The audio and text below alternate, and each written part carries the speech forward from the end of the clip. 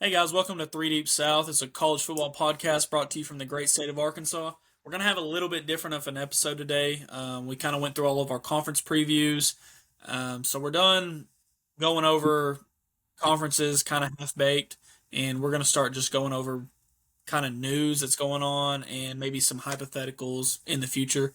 Today we're going to be talking about all the rumors with the playoff expansion and what they want to do with automatic qualifiers, what format they want to go with. I think after this week, I'm tired of hearing about it personally myself. It's June 4th, and I've heard about the college football playoff for 3 weeks. Um, Personally, as a fan, I care more about the college football regular season. Everything else after that is just kind of extra football. It's good, but it's not what it's not the meat of what I enjoy. So Justin, you kind of want to start going over your thoughts about it, kind of give everyone a rundown of kind of what they're talking about in a Yeah, sense. I mean, honestly, man, I feel like that's kind of where we're all going to be divided at. Like the people that do like the BCS style, where it's like the top two teams go, the regular season matters the most. Like if you lose one game, you're done. Like there's going to be that side, and then there's going to be that side that like enjoys kind of seeing what happened last year, where like an Ohio State lost two games, but they still have a reason to keep playing. You don't have the opt outs and stuff like that. So I can kind of see both sides. I'm for the expansion if they do it the right way. I know there's floats out about doing like a 16 team where you get 11 and 5, or you get four from the Big Ten, four from the SEC, two from the ACC, two from the Big 12, one 1, 2, 5. yeah, one P5 and then one at large, which is pretty much Notre Dame. Mm-hmm. I think that way's better than the 11 and 5, or the 5 and the 11. The 5 and the 11 is kind of like what we had last year, but you have more at large bids. I mean, is that right, Mason? Yeah. Essentially, it would be every conference gets an automatic qualifier, and then there would be 11 at large.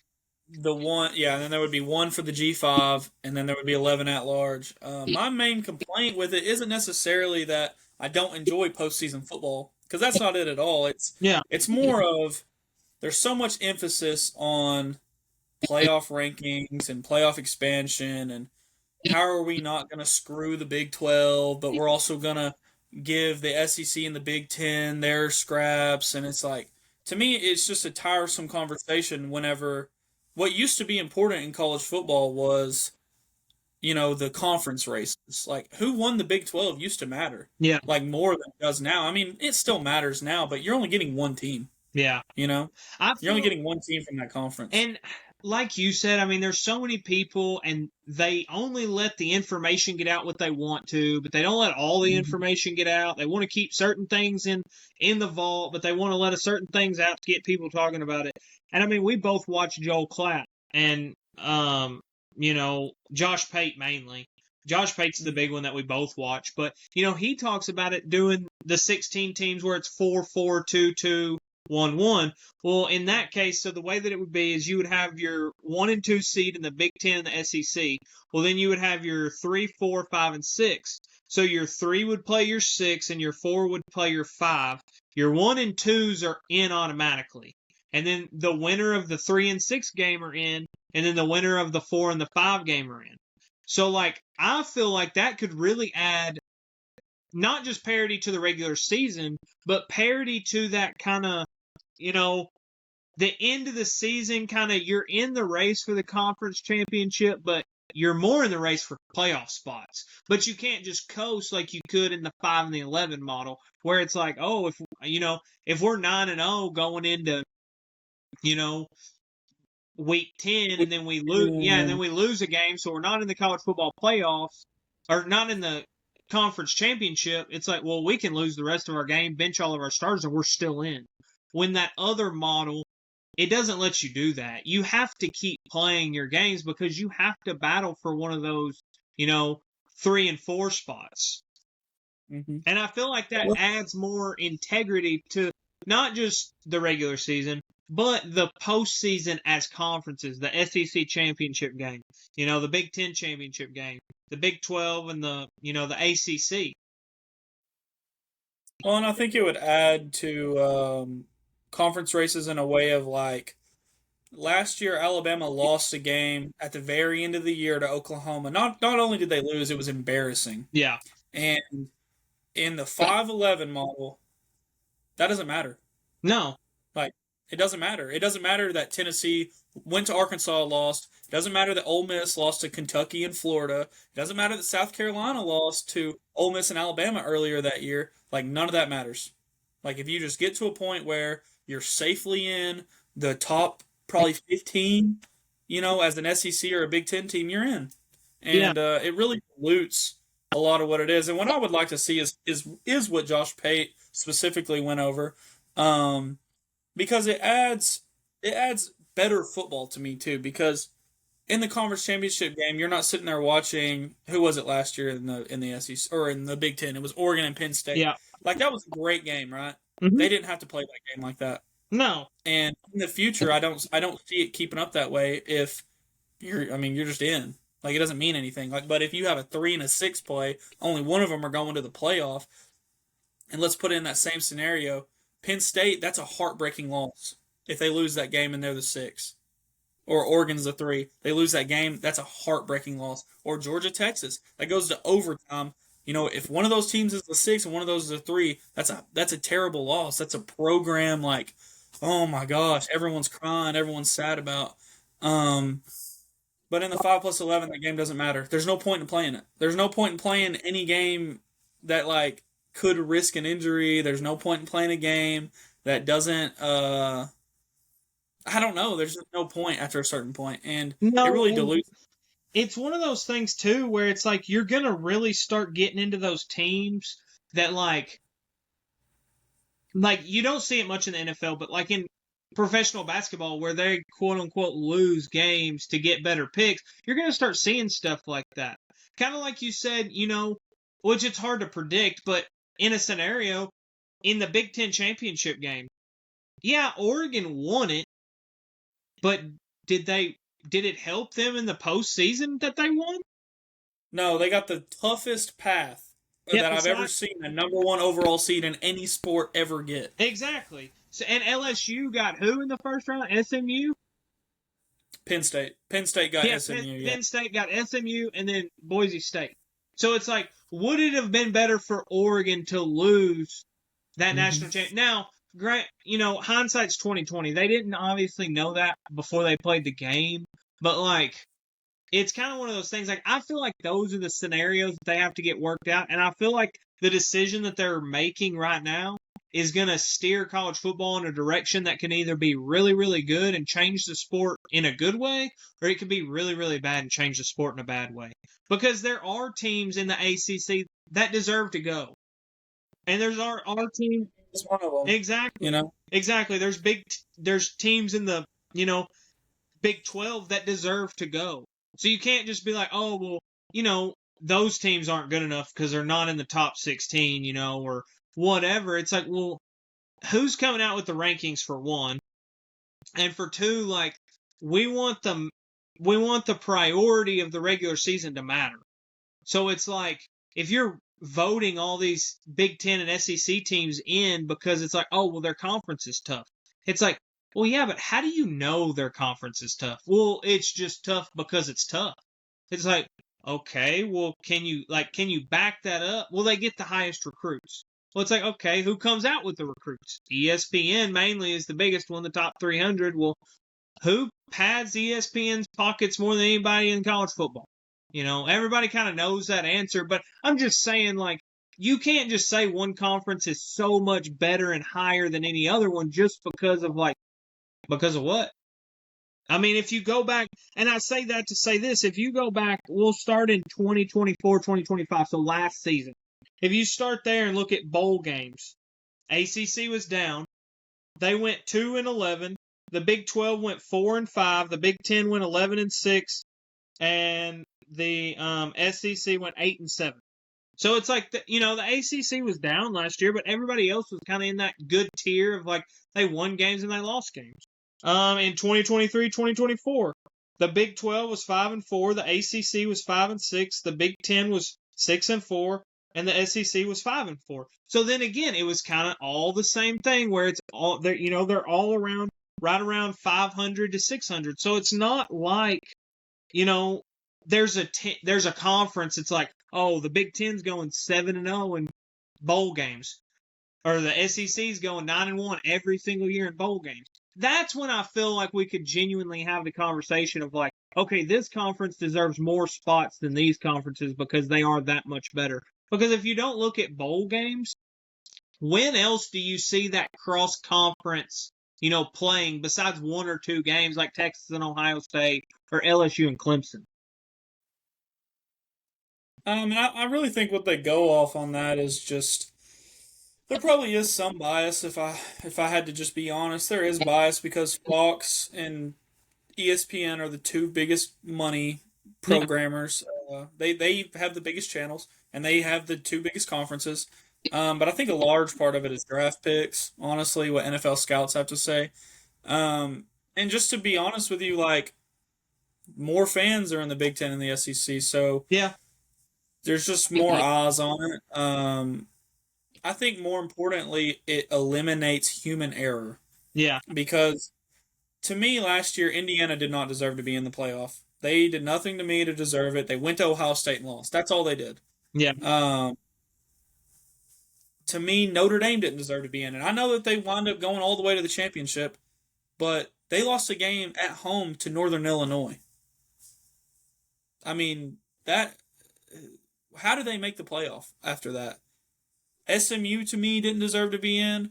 And it's not that, obviously, there's going to be teams that are less deserving every year. But if you have a standard and there is no at large, essentially, it's just, okay, well, if you finished here, you get this. Or if you finished here, you get this. And I think it eliminates a lot of problems that we have just seen, even with the 4-team playoff, or just in general, it eliminates it because even in the 4-team playoff, the year that Ohio State won it in 2014, for example, there was all kinds of discourse about who should have been in, and then Georgia made it that year with Georgia and Alabama. There was a whole lot of discourse that year. It's like if you would just have automatic qualifiers, you spread it out to where the money is essentially, because that's what they're doing. You give the small conferences a chance because last year, I don't think Clemson and SMU would have been playing. Surely the ACC wouldn't make their 1 and 2 play. Surely they would set it up similar, maybe the 2 and 3 or whatever. But you could have saw Miami get a chance to actually make the playoff, and because to me they were better than SMU. There were so many teams better than SMU. Yeah, and I don't like seeing that just based on, well, can't punish them for losing the only big game they played. But we also can't, reward them too much because they haven't beat anyone, so they got to go to Penn State. It just eliminates that problem in its entirety. No, I mean, I definitely agree. I'm definitely for the 4-4-2-2-2 or 2-2-1-1, however they say it is or whatever. But I'm definitely for that model just because.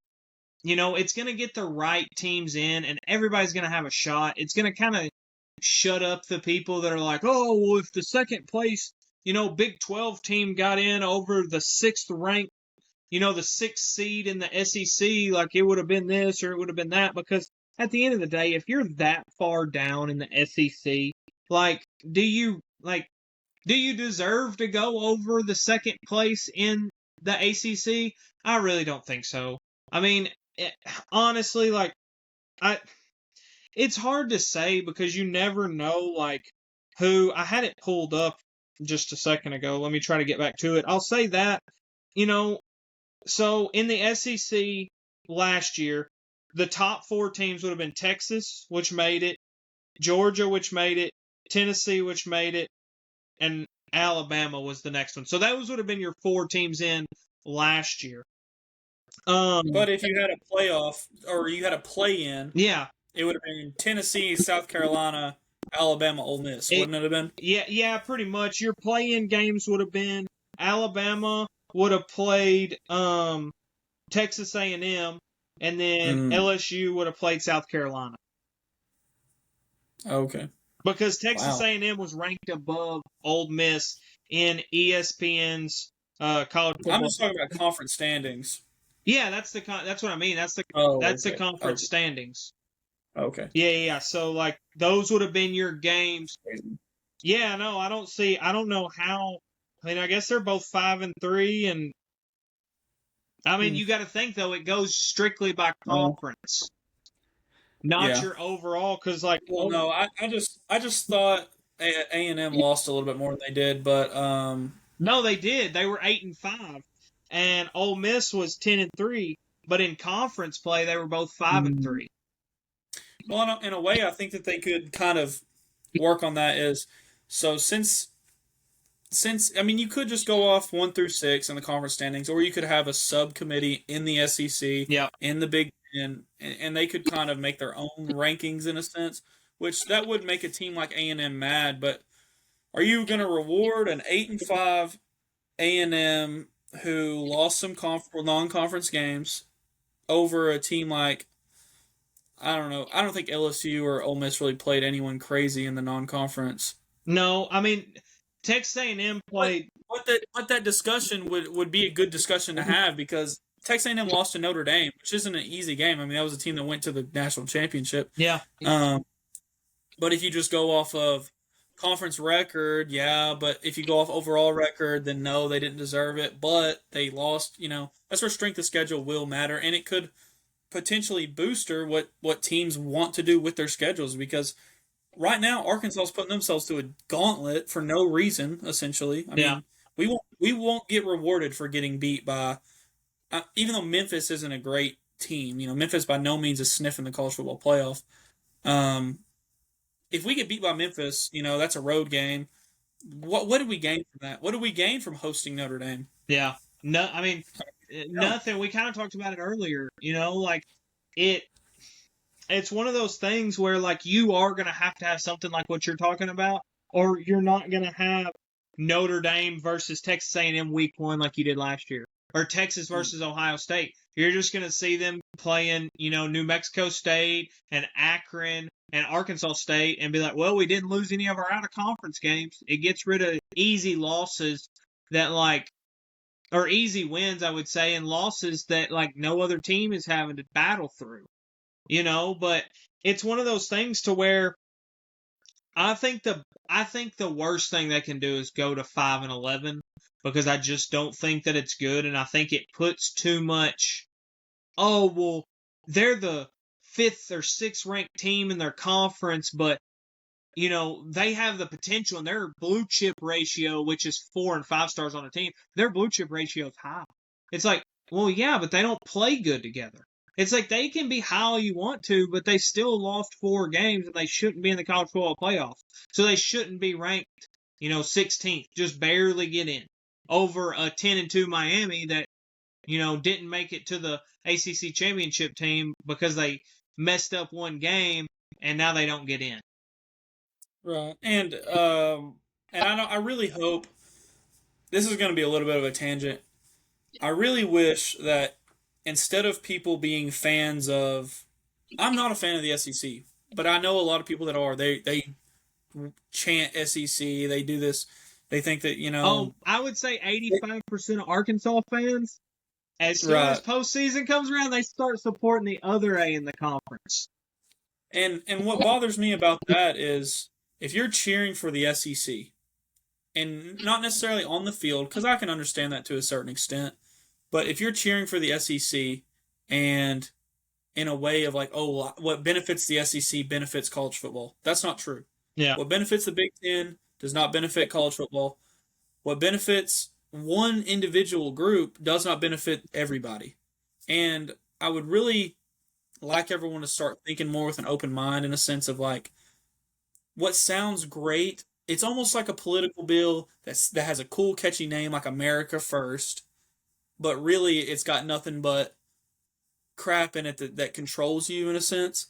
The 5+11 is that model. It sounds great. Oh, well, anybody could get in, automatic qualifiers. But if you look at the statistics and the average amount of teams that would have been in the playoff since as far back as 2010, it would have been 5 teams from the SEC and 5 teams from the Big Ten every single year. That's average. So some years it would have been higher for each conference. And that does nothing but step on the Big 12, steps on the ACC, steps on G5, but it's presented in a way that it makes it seem like, hey guys, we're on your team. We want everyone to be able to have a shot, but that's not reality at all. And so instead of planting your SEC flag and thinking that, or your Big 12 or your Big 10 or your ACC flag, really think about it in a sense of what's best for college football. I've never heard a song about Saturdays in December in my entire life. I've heard about Saturdays in the fall. I've heard about the regular season. Your monumental wins, they do happen in the postseason. The big national champion wins, those are great. Those aren't happening to everyone. But Arkansas beating Tennessee, for example, that's a huge moment. Yeah. But we're making those games not matter anymore, and that really, I'm not going to say it makes me mad because I'm going to enjoy it either way. I'm a college football sicko. I love this whole sport, but it is a little disheartening to see, Alabama lose to Oklahoma, and they're right there. They're on the edge of making it. And if we would have been in a straight seeding last year, they would have made it. They were the 12th ranked team. They would have been in the playoff. Yeah, and that's what I mean. So like Alabama, Mason, will you pull up Alabama's schedule from last year if you could while I kind of talk about that? So Yeah. they were ranked number 12th. Now, I don't know. I think this team was ranked. What were they ranked? They were ranked. They weren't going to make the playoff regardless. So this team that I'm talking about in week 2, they beat a number 19 Kansas team. They beat a number 22 Nebraska team. So that's 2 ranked wins right there. Because when we go back and look at schedules, they don't do it as they're not ranked anymore. They do it as, oh, well, they're ranked in that week, which I think is the stupidest thing ever, but that's just how they do it. So they beat 19 Kansas in week 2. 2 weeks later, they beat 22 ranked Nebraska at Nebraska. They did lose to number 9 Penn State 21-7. It was at Penn State. And then they beat the number 24 ranked Michigan. And then they lost to the number 1 ranked Oregon, and then they had a bad loss versus Minnesota. So they have, what is that? 1, 2, 3 ranked wins, and then they have 3 losses, 2 of them coming against playoff teams. This team and they had 1 bad loss. I wouldn't say it was a bad loss, but it wasn't a good loss. They lost to Minnesota, which was, let me see what they were. Sorry. They were 5-4, and they were, I guess, 6th in the conference. So it wasn't like they were a lower tier bad team, but they weren't great. This team wasn't even talked about making it to the college football playoffs. They had the same record. I want to say they had the same record. Yeah, 9-3 as Alabama. They weren't even talked about, weren't mentioned, weren't conversated about. Nobody even mentioned them going. It's Illinois. They were right around the same ranking as Alabama was in their conference, had the same amount of wins and losses. Did they have some bad losses? Yeah, they lost bad against Oregon, but that was the number 1 ranked team. So it's like, why is Alabama promoted to be like, oh my gosh, they're so much better. They're one of the best 9-3 teams. I can't believe they didn't get in. But then you have an Illinois team that's like, well, I mean, they kind of have the same record and the same schedule. I don't know how many, ranked teams Alabama played, but I think it was roughly around the same. Alabama okay, I'll just name the big ones. They beat Georgia. They lost to Vanderbilt. They beat South Carolina. They lost to Tennessee. They beat a ranked Missouri. They beat a ranked LSU. They lost to Oklahoma, and they beat Auburn. So what I would probably say to that is, on a stage where everyone's watching Alabama, they performed pretty good at some points. Yeah. Like that LSU game was primetime game of the week. That Georgia game was touted as game of the year. And it is a little bit about who they have. I mean, it's Alabama. They're going to get some bias. Yeah, and I mean, that's all I was saying was, right. it's kind of one of those things where, like, those teams, like I said, on paper, would Alabama be better? Yeah, their blue chip ratio is great. It's way better. They have those big monumental wins. But it's like, and I want people to be able to kind of see through what I'm saying. But, like, Illinois went to Nebraska and beat them at Nebraska in overtime, 31-24. And I think at that time, both of those teams, so Illinois was 4-0, and I want to say Nebraska might have been 4-1 before that game started. And like I said, yeah, so they were 4-1 before the game started. Or they were 3-0, and Illinois was 3-0. But what I'm saying is, like, those are both undefeated teams in the Big Ten playing each other, and it went to overtime. Now, like, you're going to have to kind of work with me. I get that Alabama and Georgia, off the start of the season, they have more blue chips and they're ranked higher. I get that. But if you had two 3-0 teams, middle of the tier, let's say a South Carolina and LSU, if they're 3-0 going into that game, they're both top 10. Everybody's there. You know what I'm saying? You know what I'm saying, Mason. Like, it's just put out on a different level than it's like, that's just Nebraska and Illinois. They're not even, they're just okay. Well, that's not a bad example because last year, South Carolina and LSU played early in the season. They were both, they were either unbeaten or they were pretty close. And College Game Day went. I don't think South Carolina was ranked very high, but LSU was ranked real high, and it was touted as a big game. So I see what you're saying, and I think that's why it's important to have automatic qualifiers. I mean, everyone's saying the same thing, and they don't realize it. They just don't understand really what they're talking about in a sense of, like, yes, Nebraska, Minnesota, or whoever they played, Nebraska, Illinois, that is a big game. You're right. It matters more if who cares who watches it? There couldn't be a single person watch it. If you have automatic qualifiers, there doesn't have to be a person in the stands. There doesn't have to be a person at home. There doesn't have to be a helicopter in the sky to see this game happen. All that matters is who beat who and where you are in the conference race. That's all that matters. Yeah. And everyone's saying the same thing, but nobody really understands that because I've been told, like, or I've seen on Twitter and I've gotten into maybe a little discussion with people of, like, they don't understand that more automatic bids does not mean Big 12 and ACC eat. That means the Big 10 and SEC, they fill up more. Exactly. And the way it's going, even with talent acquisition, like, the SEC and Big 10 don't need anything else. Like, they don't. They don't need any more money. They don't need any more fans. They don't need any more playoff spots. Like, yeah, I understand the automatic qualifier is kind of a scary word. And it does probably rub some people wrong that the Big 12 and ACC aren't going to be guaranteed that. But just that's the most realistic thing I could see that guarantees everybody a little bit of, a little stake of college football and not just the Big 10 and SEC running things year in and year out. Exactly. And we've kind of already known that we're right on that tipping point of college football being more and more about money. Not just player-wise, but just, TV deals, rankings come out, all these things. Everybody wants to pull their own conference in each direction.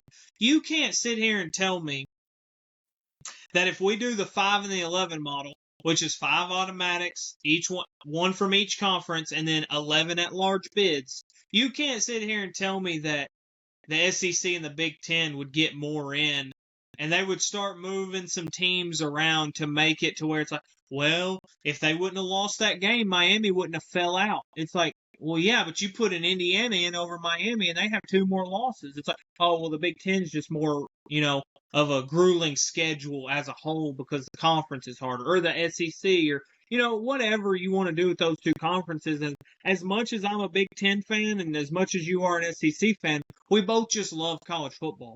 And what it's going to do is make it to where eventually, if we do the 5 and the 11 model, I'm saying in 3 to 5 years, we're just going to be a North versus South kind of, Big Ten versus SEC, because you're going to have the Clemsons and the Miamis and the Florida States going in their direction, and the big schools from the Big 12 going in their direction, and it's going to be split, and we're going to go to an NFL model. And that's what I don't want. I like the separate conferences. I like the rivalry between what conference is what, and, the Big Ten is always going to have this, and the SEC is always going to have that. And as much as I hated how you do have homerism when it comes to the SEC or the Big Ten or the ACC or the Big 12, like, I do kind of like it in a sense, because it does make college football college football. When you start talking about the NFL, like, nobody cares what division each team is in. They're not hanging up AFC North flags and, oh yeah, this team is in my division and they won the Super Bowl. Like, nobody talks about that. So that kind of, I hate it, but at the same time, I don't know, it's kind of like that cousin that comes to your family reunion that, like, you like to see him every once in a while, but you don't want to live with him type thing. Like, you hate seeing it, but, like, you also know that that's kind of what makes the family the family. Well, and I don't think it's bad to have fans of those things, but this is a whole nother tangent. But this goes to Arkansas fans. This goes to Vanderbilt fans. This goes to, I don't know, Rutgers fans, if y'all do it, I don't know. Ohio State, Georgia, Alabama, Michigan, whoever, having success does nothing for you. It does nothing. No. So put your conference pride behind you. Trust me, I'm a diehard, more than most people I know, for the Arkansas Razorbacks. I don't care about the SEC. In fact, I'll just be honest with you. I try to be as unbiased as possible, but I hate Alabama. I hate Auburn. I hate Texas. I hate Texas A&M. I hate Oklahoma. I hate Vanderbilt. South Carolina, Tennessee, Mississippi, Mississippi State, Florida, all. I hate them all. If they never won another game, it would not bother me. So, like, I understand, like, I understand it to an extent, caring about how Alabama does, but nothing makes me happier than seeing them lose. So, I don't know. It's a weird thing. I agree with you, though, because it's like, it's kind of one of those things to where it's like, you have a fine line in there between, like, for example, when Ohio State was playing Texas, or Ohio State was playing Tennessee, if you rooted for Tennessee or Texas because they're from the SEC, that's fine. But don't act like, oh yeah, our conferences. But it's like, no, it's no our. Doing a little bit of this right here over Alabama winning a 19th national championship, puffing your chest out. Yeah, exactly. Oh. It's like, what A do you root for? Like, do you root for Arkansas or do you root for Alabama? Like, I just don't. Like, that's where it starts to get on my nerves and kind of just rub me the wrong way. It's like, you can root for them. If you want the SEC to be great in, college football after Arkansas's out, cool. But it seems like you have a lot of these fans that are of the smaller schools, like, I hate saying this, but like your Arkansas fans or your Rutgers fans or, your, fans that they don't make it to good postseason bowls or in the playoffs. Like, they start rooting for Big Ten and they act like that's their team. It's like, no, bro, we were just fighting you like 2 weeks ago, so you can't come on our side now. And I think if people could open up their mind a little bit, and I'm not saying homerism is bad, because I am a homer, but open up your mind a little bit. Think about college football as a whole. Think about what's really important. I mean, whenever you're sitting down, Arkansas's already played. Are you really going to watch Vanderbilt and Kentucky? No. Or are you going to watch, someone else from a different conference, their big game? So you just enjoy the sport. Yeah. Think about what's best for everybody. And everybody just really use your thinking brains and think about where the sport needs to go. Because right now it's not going great. I got to be honest with you. I love it. I'm still going to watch it. But we have too many hands reaching into the pot. We have too many ideas that aren't about the game itself. It's about who's clicking on the channels, and who's spending the money to get those channels.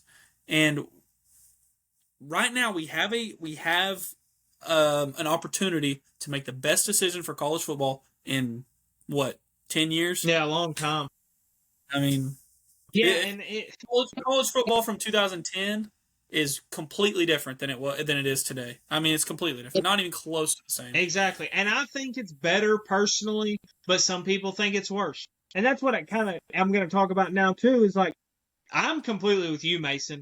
Like when we watch football, you're probably going to come over to my house. We're going to watch a lot of football this year.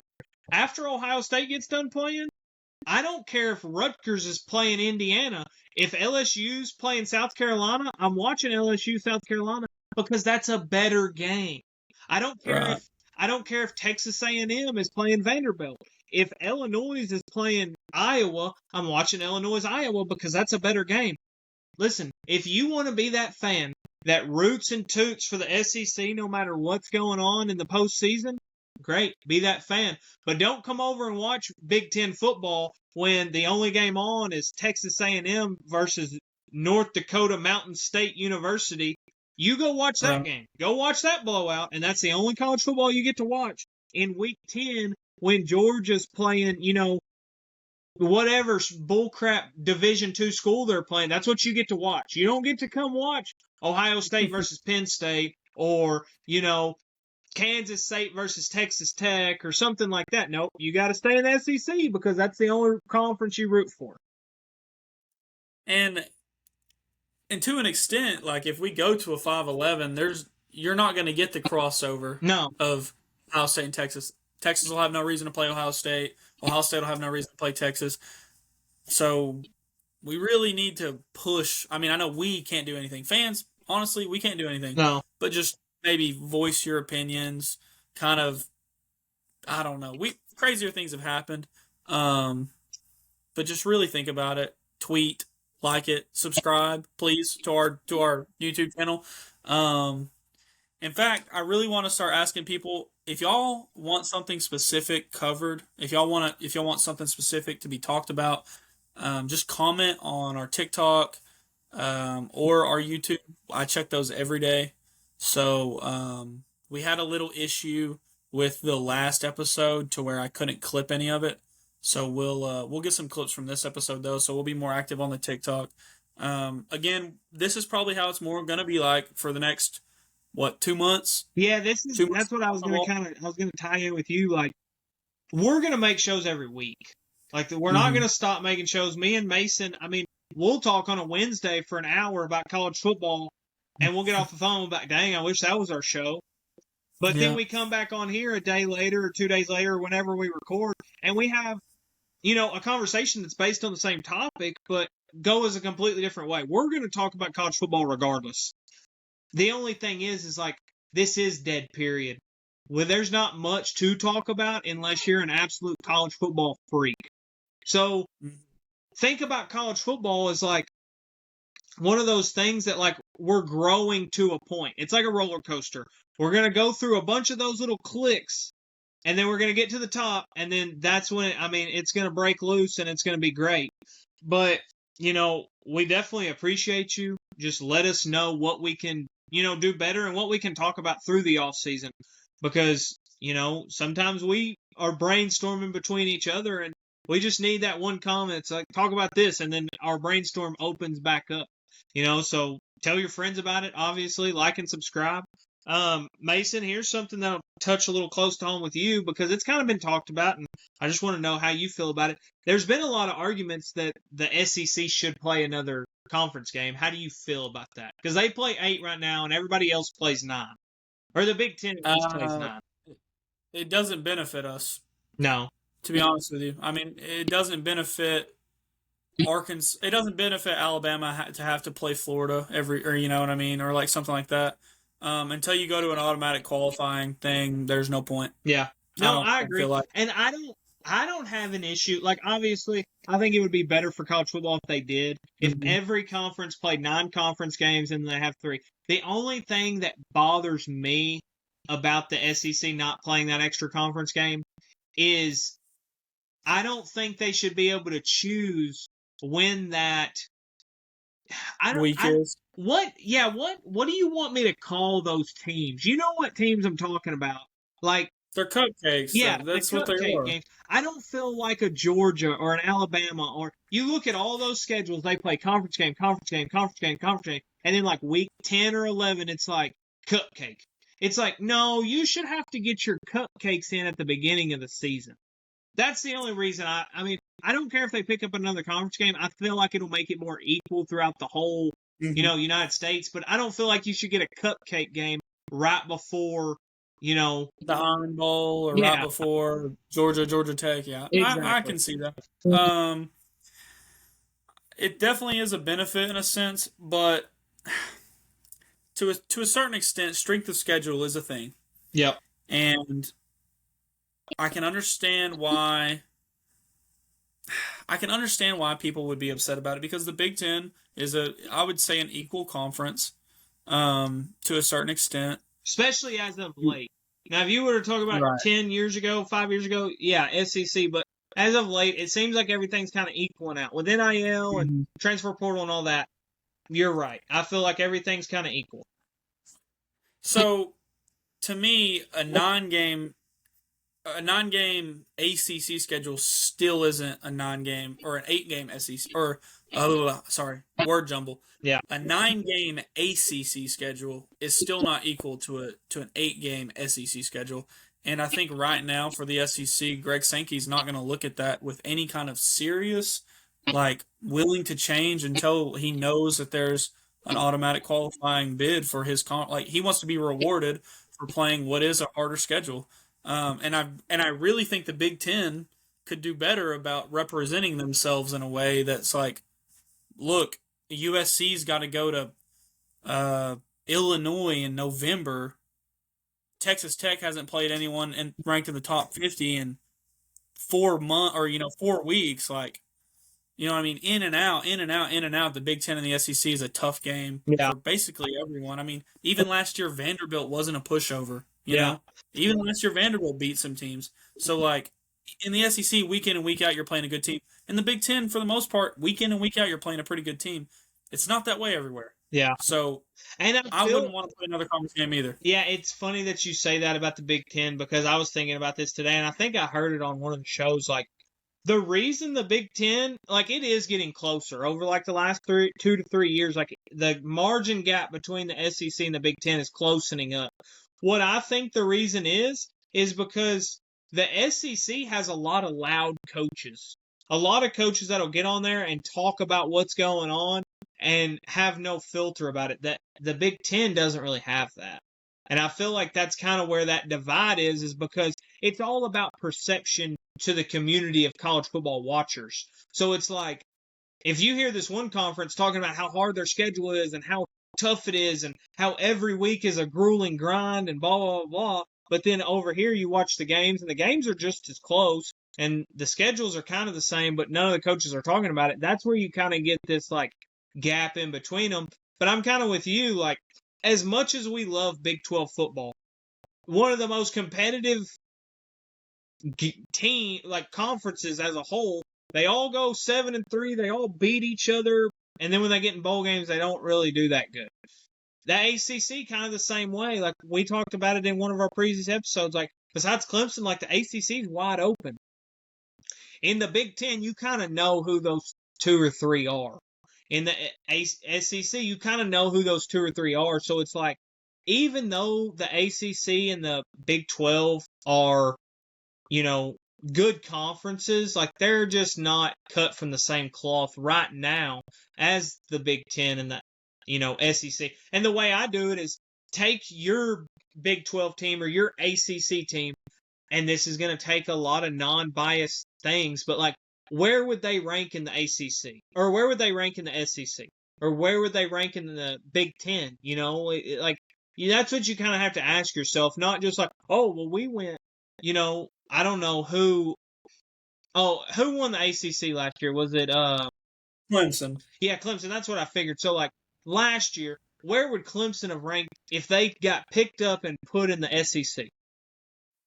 Well, you got to think they got their skull drugged by Georgia, and then they got beat by South Carolina. So you're, 7th, 8th. Yeah. So, and then where would they rank in the Big Ten. That's a little harder because you don't have. They didn't play anyone from the Big But Ten, I they're don't think. probably So it not is beating harder to, Oregon. They're probably no, not beating not. Penn State. They're probably not beating Ohio State.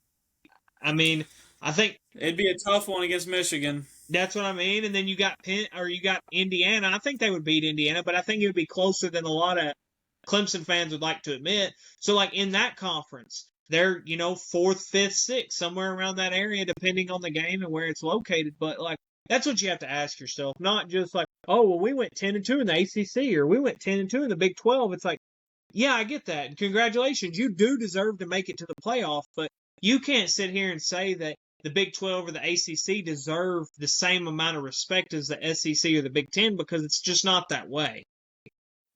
And even like records are not the same at all. 8-4 in the SEC is not the same as 10-2 in the ACC or the Big 12. It's just not, and that sucks. But that's why we need automatic qualifiers. Yep. To be honest with you, I That's mean, pretty much what I keep going back to that, but like, no, you're right. prime example. With all the information we're spitting out, it's easy for us to keep up with it because we keep up with college football on a day-to-day basis. But like, that's why we keep saying we need the 4-4-2-2-1-1 instead of the 5-12 is because exactly what I'm talking about. Because if you go to the 5 and the 11, it's not going to be good. I mean, there's going to be a lot of effects that happen down the road that are caused by that. But at least if you get the Big 12 in, because here's a lot of things that people don't think about. If you go to the 5 and the 11 model and you have 2 or 3 years where an ACC team doesn't make it or they only get one in or the Big 12 only gets one team in, you know how much that's going to hurt recruiting? Well, and they already don't. Neither one of those Clemson, I think, has got some 5 stars.